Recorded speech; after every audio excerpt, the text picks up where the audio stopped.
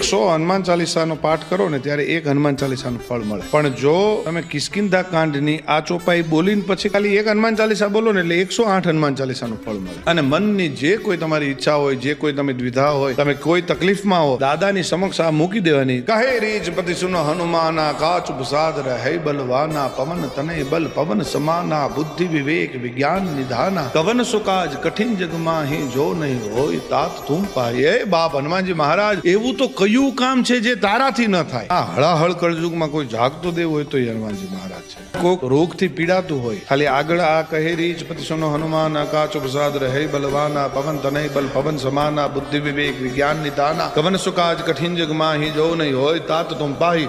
આટલું બોલીને પછી હનુમાન ચાલીસામાંથી નાશે રોગ, હરે સબ પીરા, જપત નિરંતર હનુમત વીરા, સંકટ સે હનુમાન છુડાવે, મનકર વચન ધ્યાન જો લાવે. આ બોલતા જાઓ એટલે દાડો અસાધ્યમાં અસાધ્ય રોગો એને મટાડી દે. પણ જો હૈયાના